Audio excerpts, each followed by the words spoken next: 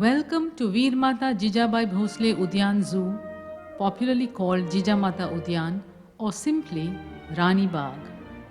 Welcome to Mumbai's only heritage botanical garden. Welcome to Mumbai's largest open public space and green lung.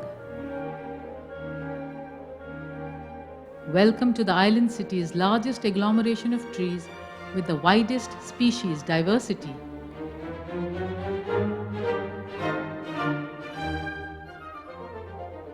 Welcome to Mumbai's most visited and beloved public garden, embracing people from all walks of life. The Save Rani Bagh Botanical Garden Foundation is delighted to present this brief film to give you but a glimpse into some of the heritage and botanical aspects of this unique garden. The foundation, a registered public charitable trust, has been working since 2007 to protect, preserve and promote the heritage botanical garden of Rani Bagh. This film is our small effort to generate greater awareness about Rani Bagh's rich natural and built heritage. This magical and unique garden was established in June 1861 as Victoria Gardens. The then British government gave a large plot of land to the Agri-Horticultural Society of Western India to establish a botanical and public garden. It was inaugurated on 19th November 1862 by Lady Frere, wife of the then governor Sir Bartle Frere.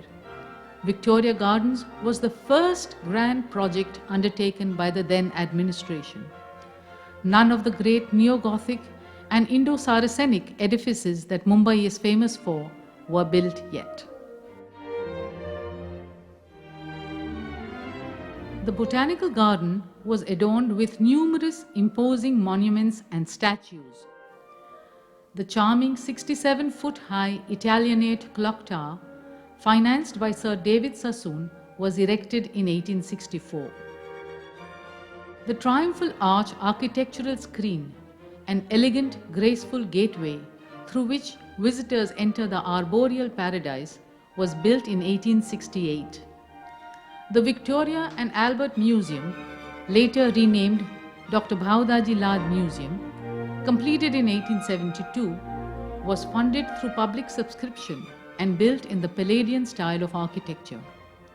The Frere Temple, a Greek-style rotunda, once housed the bust of Lady Frere and now hosts a Greco-Roman moving sculpture of a mother with 2 children.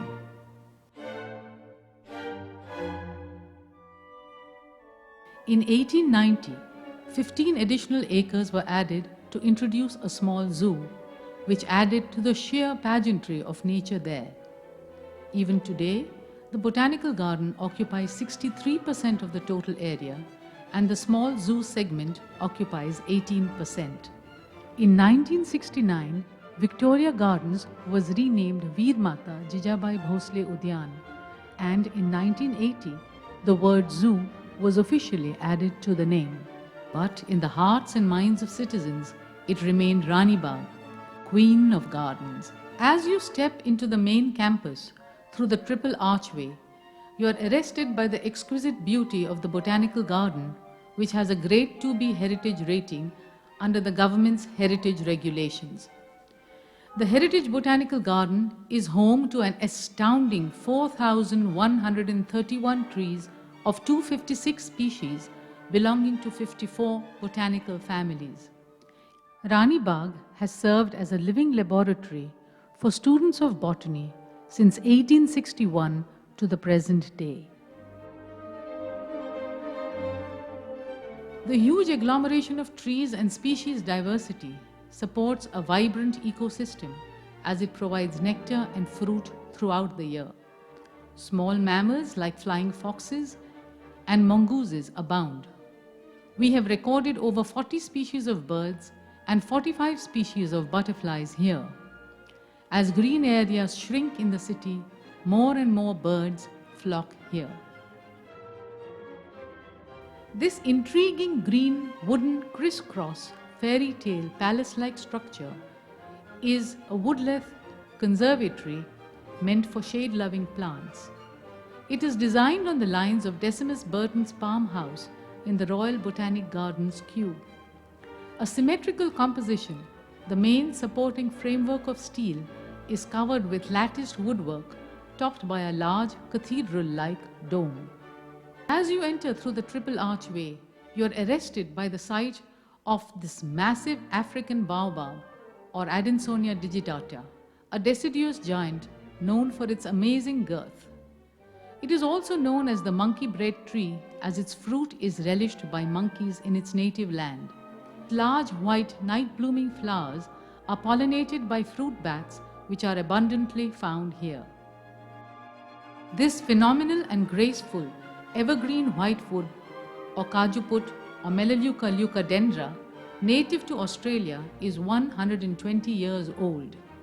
Its seeds were brought from the Sydney Botanic Gardens and planted here in the year 1900. It has an amazingly soft, naturally peeling bark for such a gentle giant, typically drooping leaves and pretty small white flowers arranged in spikes.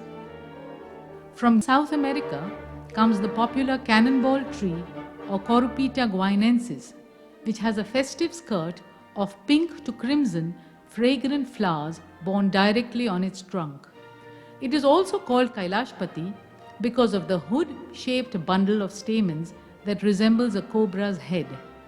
The Kailashpati is very popular in city gardens, even though it sheds its leaves 3 times a year.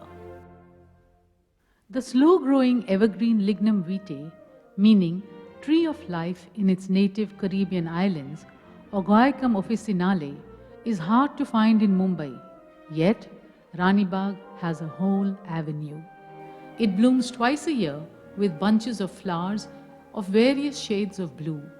Its characteristic trunk is grey with green patches, and its extremely dense and hard timber is used to make boat propellers because it does not rot. The Indian rubber tree or Ficus elastica is tall, hardy and fast growing and has thick, glossy and leathery, deep green leaves and thin aerial roots. The figs are small, yellow and without stalks. The bark yields latex when cut, but the rubber is of an inferior quality, though it was used in India in the past. Birds flock to the tree for the attractive fruit. The talipot palm or Corypha umbraculifera, native to India and Myanmar, is one of the largest palms and has the unparalleled distinction of sporting the largest inflorescence in the world, borne on a branch stalk 6 to 8 meters long, bearing several million small white flowers. It flowers only once in its lifetime, which can be from 30 to 80 years. It takes a whole year for the fruit to mature, after which the palm dies. The Jamaican evergreen Brownia coccinea is a great favorite of gardeners and visitors both for its charming canopy and brilliant crimson scarlet flowers that hang downwards from within the canopy like Chinese lanterns. It is also well known for its soft, dappled, young pink leaflets. The Buddha's coconut or Pterygota alata is so named because of its coconut-shaped fruit. Native to India, it is a regal, tall, straight-growing tree that branches very high up. Notice the stately buttress roots that support the base of the huge trunk and the typical eye marks on the trunk, which are the scars of fallen branches. Native to Myanmar, the evergreen noble Amhestia or Amhestia nobilis is a prized attraction of Rani Bagh's botanical garden. Its delicate and charming crimson flowers are said to be the most beautiful flowers in the world. Sadly, the tree is hard to find in the wild in its native land. And now for some captivating visuals of Rani Bagh's theme gardens.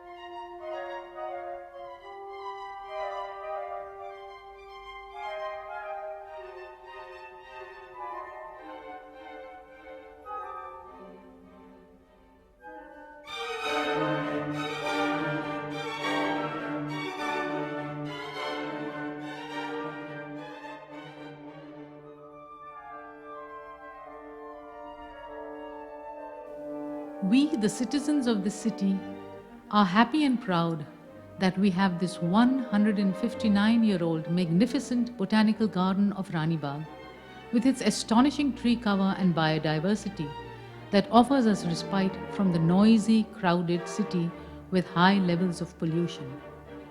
We have a bounden duty to popularize it further and to pass it on intact to future generations who will need such verdant green havens even more than we need them today.